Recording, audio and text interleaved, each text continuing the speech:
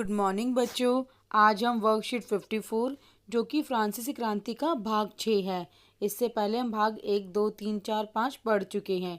आइए चलिए देखते हैं आज की वर्कशीट में हमें क्या क्या पढ़ना है। आज की वर्कशीट में बच्चों हमें फ्रांसीसी क्रांति में महिलाओं की क्या भागीदारी रही, उनको क्या क्या अधिकार मिले और दास प्रथा और क्रांति से दासों के जीवन में क्या परिवर्तन आया और फ्रांसीसी क्रांति से विश्व को क्या देन मिली, अर्थात फ्रांसीसी क्रांति की क्या विरासत थी। और अंत में प्रश्न उत्तर पर चर्चा करेंगे। आइए चलिए देखते हैं आज का पहला टॉपिक, महिलाओं के लिए क्रांति का अर्थ। बच्चों, पहले फ्रांस में महिलाओं को कोई भी अवसर प्राप्त नहीं होता था, पुरुषों से उन्हें कम समझा जाता था। तो फ्रांसीसी महिलाएं फ्रांसीसी क्रांति की गतिविधियों में सक्रिय रूप से शामिल हुई, एक्टिवली उन्होंने पार्टिसिपेट किया और उन्हें उम्मीद थी कि क्रांतिकारी सरकार उनका जीवन सुधारने के लिए कोई ठोस कदम, कानून और नियम बनाएंगी। अधिकांश महिलाओं के पास पुरुषों की तुलना में बच्चों बहुत कम अवसर उपलब्ध थे। उन्हें पुरुषों की तुलना में द्वितीय स्थान प्राप्त था एक तरीके से। तो महिलाओं ने अपने हितों पर चर्चा करने के लिए राजनीतिक क्लब शुरू करे, अखबार निकाले ताकि लोगों का ध्यान उनकी तरफ भी जाए। उनकी एक प्रमुख मांग क्या थी? पुरुषों के समान उनको राजनीतिक अधिकार मिले, अर्थात चुनाव लड़ने का, वोट देने का, ये सब अधिकार। और 1791 के संविधान में उन्हें कौन सा अधिकार, कोई अधिकार प्राप्त नहीं था। उन्हें निष्क्रिय नागरिक का दर्जा दिया गया था जिनकी कोई भूमिका नहीं होती। लेकिन शुरू में क्रांतिकारी सरकार ने सुधार लाने के लिए कुछ कानून बनाए जिन्हें महिलाओं के लिए किया गया था बच्चों।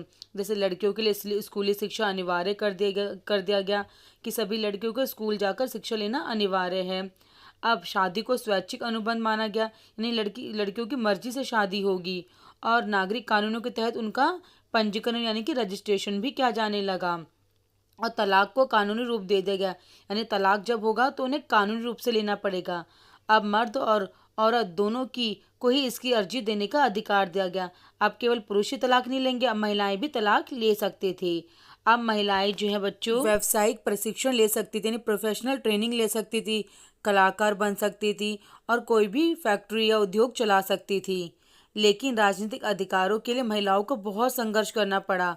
इनके नेत्रियों में सबसे महत्वपूर्ण क्या थी? ओलंप दे गूज, ये बहुत ही महत्वपूर्ण लेडी थी। 1791 में इन्होंने पुरुष एवं नागरिक अधिकार घोषणा पत्र की तर्ज पर महिला एवं नागरिक अधिकार घोषणा पत्र तैयार किया गया, जो किससे संबंधित था? महिलाओं और उनके नागरिक अधिकारों से था।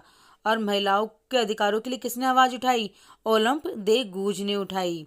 आतंक के राज के दौरान सरकार ने महिला क्लबों को बंद करने और उनकी राजनीतिक गतिविधियों पर पाबंदी लगा दिया था बच्चों, जब आतंक का राज चल रहा था।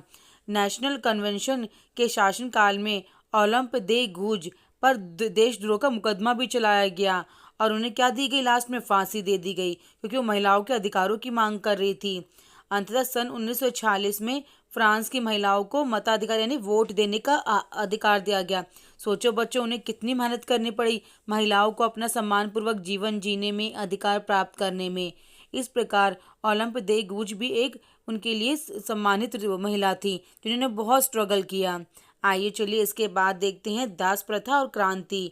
बच्चों, उपनिवेशीय कौन होते हैं? जिन देशों को कब्जा करके अपने अधीन बनाया जाता है। उपनिवेशों में दास प्रथा का उन्मूलन जैकोबिन शासन के क्रांतिकारी समाज सुधारकों में से एक था, यानी कि दास प्रथा का खत्म किया गया था। कैरिबियाई उपनिवेश तंबाकू, नील, चीनी, कॉफी जैसी वस्तुओं की महत्वपूर्ण आपूर्ति करता थे, यानी कि ये जो उपनिवेश थे किसका सम्मान देते थे? ज़्यादातर तंबाकू, नील और चीनी और कॉफी जैसी चीज़ों का। और अपरिचित एवं जिनको हम जानते नहीं और दूर देश जाने और काम करने के प्रति यूरोपियों की अनिच्छा से श्रम की कमी को यूरोप, अफ्रीका और अमेरिका के बीच त्रिकोणीय दास व्यापार द्वारा पूरा किया गया। यानी बच्चों, अफ्रीका के लोगों को बहुत ज़्यादा यूरोप के लोग देशों में भी गुलाम बनाया गया और अमेरिका में भी गुलाम बनाया गया। यानी कि अफ्रीका के लोग को गुलाम बनाकर यूरोप में भी ले जाया जाता था और अमेरिका में, इसलिए इसे त्रिकोणीय दास व्यापार कहा गया। दास व्यापार 17वीं शताब्दी से शुरू हुआ। फ्रांसीसी सौदागर जो थे वो अफ्रीका से स्थानीय सरदारों से दास खरीदते थे और दास व्यापार पर निर्भर व्यापारियों के विरोध के भय से नेशनल असेंबली में कोई कानून भी पास नहीं किया गया, क्योंकि बच्चों उस समय अफ्रीका के लोगों का बहुत ज़्यादा शोषण किया जाता था, उन्हें दास बनाया जाता था। और सन 1794 की कन्वेंशन ने फ्रांसीसी उपनिवेशों में सभी दासों की मुक्ति वाला कानून पास कर दिया गया। यानी कन्वेंशन ने कहा गया कि फ्रांस के लोगों को दास नहीं बनाया जाएगा। और 10 साल के बाद नेपोलियन ने दास प्रथा दोबारा शुरू कर दी गई थी। बागान मालिकों को गुलाम बनाने की स्वतंत्रता मिल गई, यानी जिनके बड़े बड़े बागान होते थे वो फिर से गुलाम बनाने लगे। लेकिन फ्रांसीसी उपनिवेशों से जो सही ढंग से दास प्रथा कब खत्म हुई? 1848 में। तो बाप खुद सोचो बच्चों, दासों को किस प्रकार जीवन व्यतीत करना पड़ता था, उनकी अपनी कोई मर्जी नहीं होती थी। लेकिन सही रूप से दास प्रथा कब खत्म हुई? 1848 में। आइए चलिए देखते हैं नेक्स्ट टॉपिक। अगला टॉपिक है फ्रांस की क्रांति से विश्व को क्या विरासत मिली, यानी विश्व को क्या सीख मिली।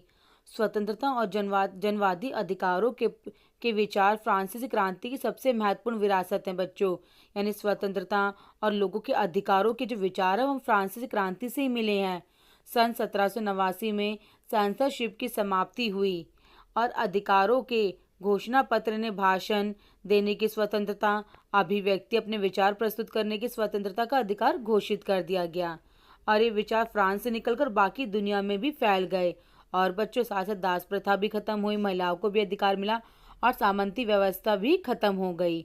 और उपनिवेशिक समाजों ने स्वतंत्रता के अपने आंदोलनों में दासता से मुक्ति के विचार की नई परिभाषा दी कि दास प्रथा बिल्कुल खत्म हो गई, जिससे काफी देशों को सहूलियत हुई। आइए चलिए बच्चों देखते हैं प्रश्न उत्तर। फ्रांसीसी क्रांति महिलाओं के लिए उनका क्या महत्व था बेटा, क्या अर्थ था? फ्रांसीसी क्रांति से महिलाओं को उम्मीद थी कि सरकार उनके लिए ठोस कदम उठाएगी, यहाँ तक कि उनके लिए कुछ नियम और कानून बनाएगी, जैसे कि लड़कियों की शिक्षा को अनिवार्य कर दिया गया, कानूनी तलाक को मान्यता दी गई और उन्हें वोट देने का अधिकार दिया गया। तो फ्रांसीसी क्रांति के महिलाओं के लिए क्या थी? उनके अधिकारों की समानता थी। आइए चलिए देखते हैं प्रश्न 2। फ्रांस की राजनीति और व्यापार में दासों क्या महत्व रहा? बच्चों कैरिबियाई उपनिवेश से नील, चीनी, कॉफी, तंबाकू जैसे कहाँ से लाते थे? उपनिवेशों से। और अफ्रीका के लोगों को दास बनाया जाता था यूरोप और अमेरिका के लोगों द्वारा। आइए चलिए देखते हैं प्रश्न 3। फ्रांसीसी क्रांति के बाद कौन कौन से कानून बने? लड़कियों के लिए स्कूली शिक्षा जो आपको प्राप्त होती है बच्चों, महिलाओं को वोट देने का अधिकार मिला, दास प्रथा को बंद कर दिया गया, भाषण और सबसे बड़ी बात, आपको भाषण और अपने विचारों को प्रस्तुत करने की पूरी स्वतंत्रता। ये सबसे बड़ा मेन अधिकार है जो हमें फ्रांसीसी क्रांति के द्वारा मिला है। और तलाक को कानूनी रूप देना ताकि पुरुष और महिलाओं के बीच समानता स्थापित हो सके। आइए चलिए देखते हैं अगला प्रश्न। फ्रांसीसी क्रांति के उन विचारों की सूची बनाइए जिनको आप अपने जीवन में देख सकते हो, जैसे राजनीतिक समानता मिली, हमें भाषण और अभिव्यक्ति की स्वतंत्रता मिली कि हम कुछ भी बोल सकते हैं लेकिन किसी के बारे में गलत नहीं बोलना। तो बच्चों ये सब विचार हमने देखे हैं। अगर बच्चों आपको मेरी वीडियो पसंद आई हो, समझ आई हो तो इसे लाइक और सब्सक्राइब ज़रूर करें। Thank you.